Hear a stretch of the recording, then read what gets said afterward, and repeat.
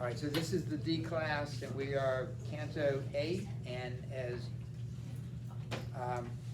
Spencer just read, this is the wrathful. So we'll start with I say continually that ere we came to that tower's foot, our eyes had long been led to its summit by two twinkling points of flame, which we saw kindled there, while far ahead and almost out of eyesight, we espied an answering beacon's flicker.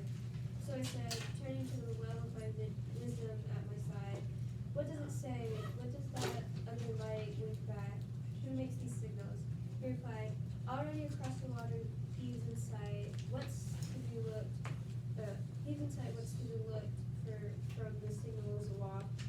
So it be not veiled from thee by the light of these marshes mist. I looked, and never shaft so swift from bowstrings sped through the thin air, as then through those turbid waves a little craft came skimming towards us. One sole mariner guided its course, who shouted from the prow, ahoy, thou wicked spirits, so thou art there. Nay, I'd say it's Phlegius. Phlegius. Nay, Phlegius, said my lord, peace now. This time thou criest in vain. We are not meet for thee. Thou hast but to ferry us over the slow. As though who hears of some outrageous chief, practice on him, and fumes and trips with gall. So Phlegius thwarted, fumed at his defeat. So they're at the River Styx.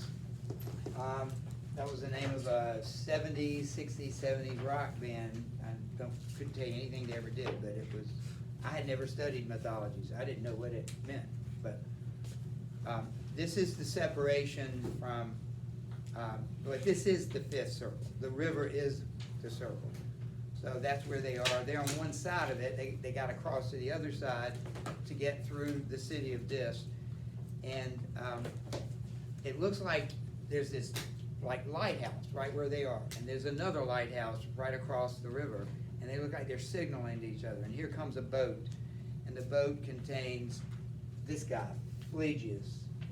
And he's the ferryman of the River Styx, as opposed to Charon, the ferryman of River Acheron. And so he comes over, and we need to look at, so you know who Phlegius is? I wouldn't have known who Phlegius is. But turn, if you would, turn to page 120, all right? And we're going to read about Phlegius. All right, 120, turn ahead just a couple of pages. Everybody there? It says, Phlegius in Greek mythology was the king of Boeotia, son of Ares, the war god by human mother. His daughter, Coronis, was loved by Apollo, whereupon Phlegius, in his rage, set fire to Apollo's temple. Apollo killed him with arrows, and he was condemned to torment in Hades. Thus, an appropriate ferryman here. So, tell me why he's appropriate. This is the river of angry people. Spencer? Not angry, no. Remember, he's the guy that in anger burned down the temple of. It's perfect because he's in the anger, because he was angry. That's right. That's why he's there, yes. And so he's angry, even angry at them. So that's why Phlegius is important, and he tries to. Does he try to stop him? I don't think he tries to stop him, but he just doesn't. He's just not very nice to him. So, would you read? Sure, but you said it was his anger that burned the tower? Phlegius, in anger, burned Apollo's temple. And so that's why he's in hell. And that's why he's in this circle of hell, because he is someone whose big problem was anger. And where would you like me to start? Top of page 117. We actually just answered 35, so we have been trying to stick close to that. Alright. So then my guide embarked, and at his call I followed him. And not until I was in did the boat seem to bear a load at all. Okay, I'm gonna pause there because that answers 36. It's at several places in the book we're reminded that Dante is a living human being. why does he do that, and what happens here that reminds us all that he's not a spirit? What does it say in the text? Till I was in the boat, seemed to bear the boat. So explain that.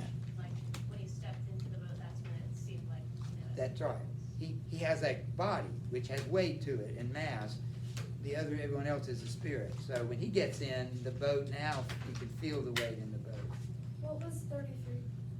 33, oh yeah, he calls it a sad river, sad stream. He calls Styx a sad stream, which is personification.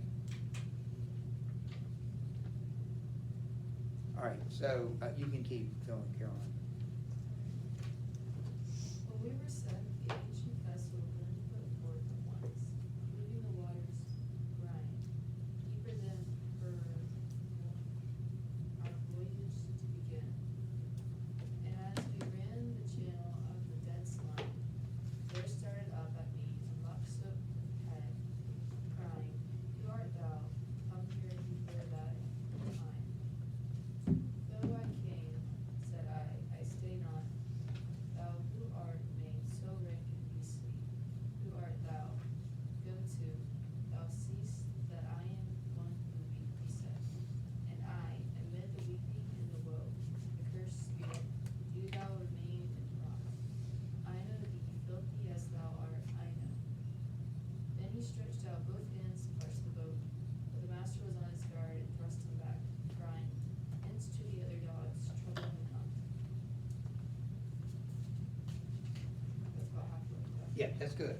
I was just noting something.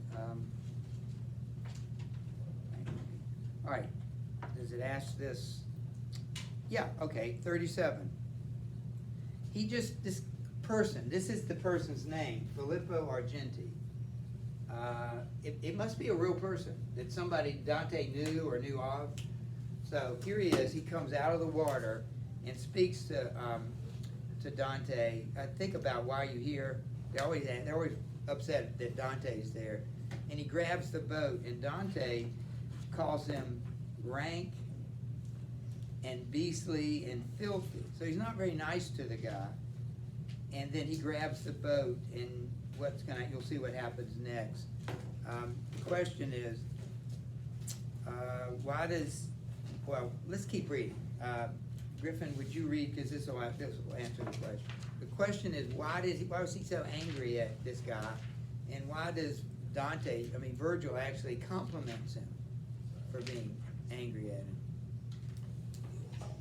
We're on 117, line 43, is that where you stopped? I think it is. And after, is that? Yeah. And after laid his arms about my neck and kissed my face and said, Indignant soul, blessed is the womb that bare thee. This bold jack was an arrogant brute and cruel, nor in this whole life can remembrance find one sweetening touch. So must his raging spirit right here and rule. Many must stride like kings up there, or such as shall wallow hog-like in the mud, leaving behind nothing but foul reproach. Master, said I tell thee it were good, if I might see this villain soused in the swill before we have passed the lake, oh that I could. And he made answer, thou shalt gaze thy fill, or ever thou set eyes on the foreshore. Herein 'tis fitting thou shouldst have thy will. And soon I saw him put upon so sore by the money gang, with such a fooling and moment, that I shall still praise and thank God, and thank my God therefore. So this is really a turning point in the story. It may not seem like it, but if you mark it, particularly lines 37 through 45. So Filippo Argenti grabs the boat. Dante's not real nice to him. He calls him filthy and beastly and rank. And I think it's Virgil who grabs him and thrusts him back into the water, and then compliments Dante and says, indignant soul, blessed is the womb that bare thee. What's going on there? Remember, how kind Dante was to Francesca and Paolo. He would pity them, he wanted to talk to them, he always cried for them. But he's really upset with this guy, and Virgil thinks that's just great. Do you have any idea what's going on? Yes. Because you shouldn't pity the people who are in hell, so the fact that he's having a different reaction now is showing the side of the Very good answer. That's really true. I mean, these people have been judged, they will be judged on Judgment Day, but they've already been judged somewhat because they're in hell. A just God has judged them worthy of hell. How could you feel sorry for them? But there's also another thing. All the sins in hell are also Dante's sin. So looked at that way, how should we feel about our own sin? Hate them. You shouldn't pity our own sin. We should hate our own sin. And this is when he says, indignant soul. You're getting it, like Hayden just said. This shows that he's growing up. He's understanding why is he here? Why did Dante even have to come to hell? Because he has to see what sin is and how bad it is. And you have to repent of it. And when he sees this, he recognizes, this is not good.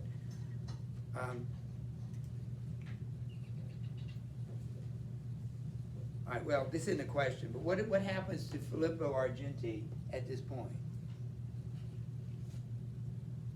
It says, he is set upon so sore by the muddy gang with such pulling and hauling that I still praise and thank God therefore.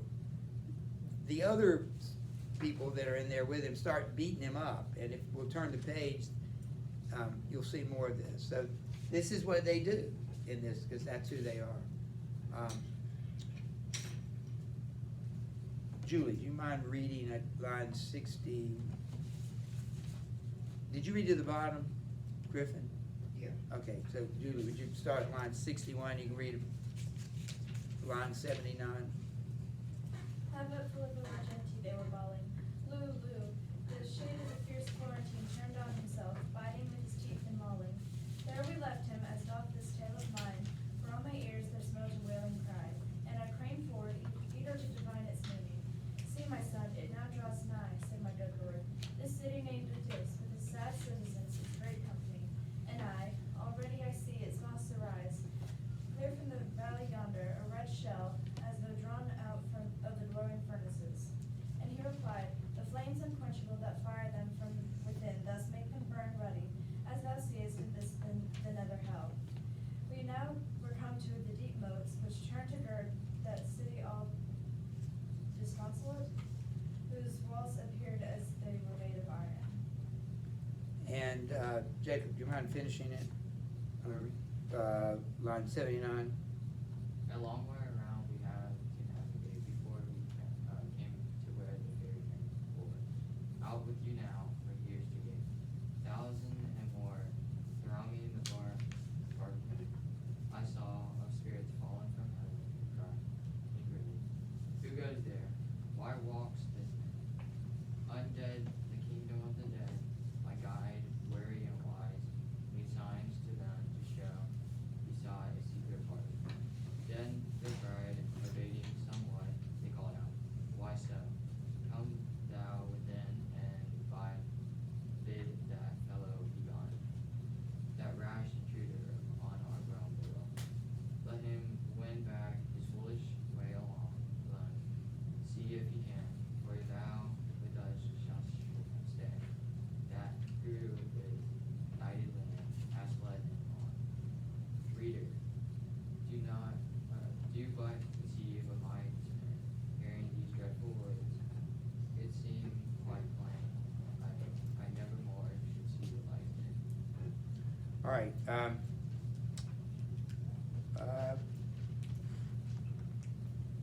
Look at question 38. At the bottom of the page, there's an apostrophe. You remember what an apostrophe is?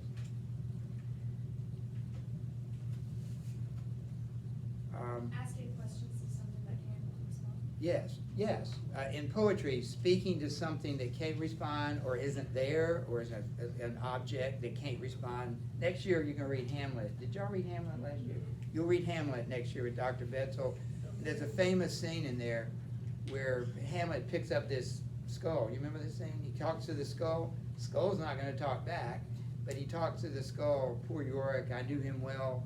I don't know why he's doing that, but in poetry, that would be an example of an apostrophe, where you talk to something, and we do it, a couple of us were in the teacher's lounge talking about how we often talk to ourselves. You ever talk to yourself? Like out loud? Yeah, why do we do that? I've done that. We're not crazy, so why do we talk to ourselves? It's a way of processing. It is. It is kind of like having a conversation with yourself. Anyway, in poetry, that's what we call an apostrophe. Where is the apostrophe at the bottom of the page? Who's that? Isn't that weird? Dante's speaking to you. He's talking to you. He wrote this 700 years ago. He had no idea that this ninth grade class at Caldwell in 2022 would be reading those very words, and yet you are. It's like he was talking to you right now.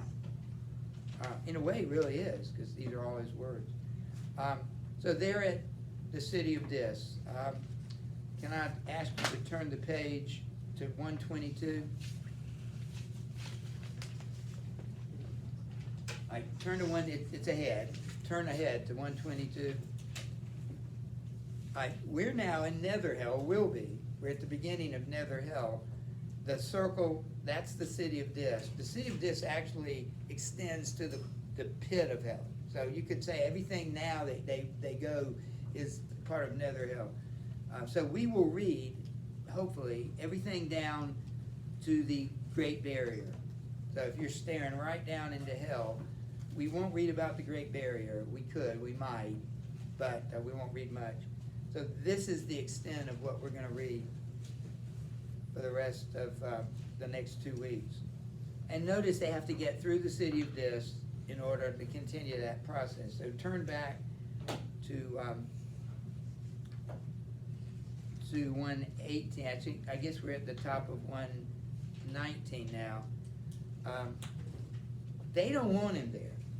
The people lining, they're not people, they're dead spirits, but they're lining the walls, and they're saying, go back, go back. You can't come in here. But they have to go through there. So Dante wants to talk to them, so he arranges a parley, and he's going to go talk to them in a minute because they can't go back. They got to go forward. Julie, did you read? Did you just read? Okay. Andrew, would you read? I realize it's not Henry V, but No, I know. maybe you could adjust. Page 119, top of the page. Top of the page. O Master. Yeah. O Master dear, that 7 times over again hast brought me safely through, and I am freed from all the perils that in my path have lain. Leave me not utterly undone. Indeed, if we may not go forward, pray let's you quit, and hasten back together with all these So people. why is Dante backing off again? He's saying, listen, they're not going to let us through, so can we go home now? I'm ready to go home. I want to go back. Why do you think he feels that way right now? He felt that way before they went into hell, and that was 5 cantos ago. Now he's feeling that way again. Because they're getting to the worst. Yeah, and they're stuck. I mean, I could be a little. No one's mentioned claustrophobia here. You're in hell. You're underground, and you're in front of a fiery city, and there are demons ahead of you, and they don't like us. Can we? Wouldn't this be a good time to leave? And Virgil, well, they're not going to leave. They can't leave. They've got to do this. So you can keep reading. Oh, you were going to read for it. Then said my lord and leader, fear no whit. There's none at all that can stay our steps, nor make thee forbear the pass. Such power hath granted. For me here to cheerful thoughts betake thee. Feed my faint heart with hope and calm thy beast. For in this underworld I'll not forsake thee. My gentle father's gone. I am left distressed, abandoned here. Horrid perhaps throng my doubtful mind. Where ye's, is it yes? Yeas and Yeas and no's, no less contest. His proffered terms I could not hear. Not long he stood in talk with them, when suddenly they all rushed jostling in again headlong. So this does not look good. Virgil's talking to them, and then they turn around and close the door again. They slam the door in Virgil's face. So Virgil turns around and comes back. Would you, Wait, where are we at? leaving him Alright. outside? Leaving him, Yep. leaving him outside, so the enemy slammed the gate in my master's face, who thus turned him and came with slow steps back to me. His eyes were downcast and his anxious brows shorn of all boldness. Sighing, he said, "What's here? Who dares forbid me the mansions, Dolores?" And then aloud to me, have thou no fear, though I be wroth, I'll win this trial of power, whatever hindrance they contrive in there. Their truculence Brutality. is no new thing. Once before 'twas tried at a less secret gate, whereon no bars remain forever. Above that door thou sawest the dead title, and now comes on this side already treading the steep abyss, and guardless passing all the circles down, that shall unbar to us gates of dis. That's good. That's a good place to stop. Check out your questions, I think. Yeah, okay, we did 39. What does Virgil say to encourage him? He said, can't we go back now? Can't we go home? I'm tired of hell. And we turn around and they can't, or they won't. What does Virgil tell them? In line, He says that he's gonna win. yes, there's no way we can lose. Because The- they're God. Yes. Does that help you to know that? That no matter how bad things are, would it help you to know you can't lose? I mean, it's still hard, it's still rough, you're still in pain or whatever, but would it help to know that you're gonna win in the end? Would seem to, well, you can, you are. That's actually true. No matter how bad it gets, in the end, you're gonna win, or we're gonna win as the church. So that's what he tells him. Then he tells him something else, and then number 40, we're not gonna be able to do it ourselves. How are we gonna do it? It says somebody's already on his way to do this for us. We just gotta sit here, gotta sit tight a minute, but somebody is coming to help us. Who do you think that might be? Think about who it's not. I mean, I know that what you might think, but who could it be? It says somebody's coming. It can't be Christ, because he's already done that. He's sitting he's not getting up again until he comes back the final time. So it wouldn't be him or the Father. The Father's not coming yet. Beatrice? Oh, that's a good guess. The Italian man that he was talking about? Well, this actually will be a heavenly messenger. So, yes. Did you know that's what angels actually mean? Messenger. Like, that's basically their job. We bring messages. You think of them doing all sorts of other things, like saving us from things, and they can do that too, but their primary job is to bring us information. So it's the angel that will come. He never uses that term. It calls him a messenger, but that's, I think, literally what the word means. Now, I don't know what language, if it's Greek or Hebrew, but it means messenger. So, we're gonna just start this. The next page, you'll turn to 1, 2, 3, page 1, 2, 3. So they are waiting in hell for this guy, this person, this messenger to show up. Sarah, would you read, Sarah and Charlotte, you can read, one of you can read the story, one of you can read the text, whichever you prefer. Dante, alarmed by Virgil's anxiety, tactfully inquires of him whether he really knows the way through hell, and gets a reassuring answer. The Furies appear and threaten to unloose Medusa. A noise like thunder announces the arrival of a heavenly messenger, who opens the gates of Dis and rebukes the demons. When he has deported the poets into the city and find themselves in a great plain covered with the burning tombs of the heretics. All right, thank you. Could you read to the bottom? See my face in what a coward color it turned when he came back. My guide was quick to put away his own unwanted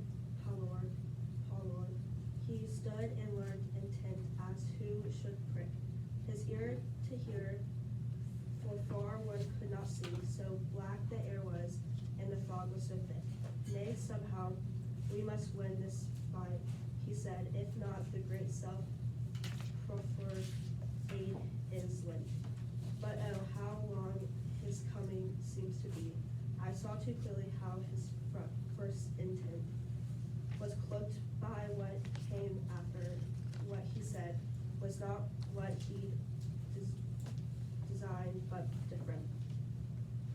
But nonetheless, his speech increased my dread, for maybe I pierce out the broken phrase, to a worse ending than was in his head.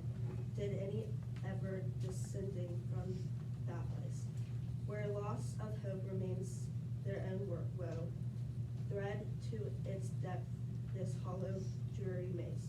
I put this question, he replied, although 'tis rare that one of us should come this way, or undertake the journey I now go. Yet once before I made it, truth to say, conjured by cruel Erichtho? she will spell.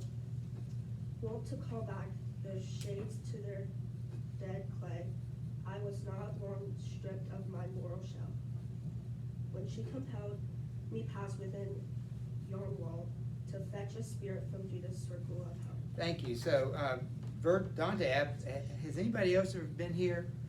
Christ has been here. He didn't go this far. You know, he went to, where did Christ go? This story of Christ coming to hell. We said that in church Sunday, the Apostles' Creed. He descended into hell. Where do we think that, what did we think that meant? To get the Old Testament people out of there. Right. In what Dante calls limbo. But Virgil says that he did this one time. Says he actually, Virgil, I came down here to get somebody, some witch, Erichtho, had ordered me to do that. What does it tell us about the, look at question number 41, who's going to be at the bottom of hell? Judas. Yes, it's Judas. It says so right here. He's in the last circle of hell, the bottom of the last circle of hell. Where's Satan? Where is it? He's there too. Okay. Ganelon is there, I would imagine. Is that where he is? He is not, but he is a deceiver, so he's in an earlier spot, but he's not that bad. Who else is down there? Well, there's a number of people, but the foremost important people, you've already got one of them, Judas. and you have got two of them. Who else is it? The pit of hell? Satan. I wonder who the other two might be. Like the worst people that ever I got lived. some guesses. I've got some. Hitler? Well, remember when the book was written? Oh, Yeah. I'm gonna throw my guess for Jezebel. That's a possibility, yeah. Judas would ring, it's actually called region number 4, but it's circle 9. So Judas and Satan. But what other famous people? Nero? Well, you're close. Let me finish. What other famous people were guilty of betraying a king? Famous people. Like, and what king? This guy, I remember he's Italian. What king would have been the best king? I know who's gonna be there. Not Bruno. The other guy, Brutus. Brutus is in hell. Yes. Did you say it? Yeah. Now, who was his buddy? Buddies, but who helped him? Oh, Judas. Yeah, well, they killed He got- him. Who else? Who was there? Was Brutus and this guy? Cassius. Very good. No, Anthony's the guy who gave the speech of that, Yeah. So those. What now? This is an Italian, so he thinks the worst. Did you read Julius Caesar by Shakespeare? No. We were Okay. supposed to, then we just didn't. Okay. Well, in Julius Caesar by Shakespeare, everybody likes Brutus. I like Brutus. He's a hero. Shakespeare paints him as a hero. But in the Italians' view, he's like the worst person ever to live because of his rebellion, his betrayal of Brutus. We're gonna have to stop here, but there, look at the front cover. Look at the cover of your book. I'm pretty sure that those are the 3 people mentioned on this page. They're called Furies. Do you know what Furies are? Yes. In Greek mythology, there's scary people and scary ladies in hell. They were scary, but they were worse than scary. They would like beat people and make them. Yeah, they punish people. And they have snakes for hair. And also Medusa is on this page, so you'll see her. But that's one girl you don't wanna look in the eyes. She like charged Yeah, down, You don't right? wanna look at, Yeah. don't look Trying to her in stand. there. This guy cannot draw Yeah. snakes. Look at those, look like worms. I don't have that color. Kelly? This guy cannot draw snakes.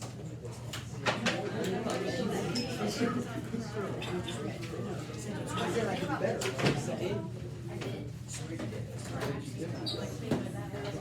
I knew how to draw snakes and.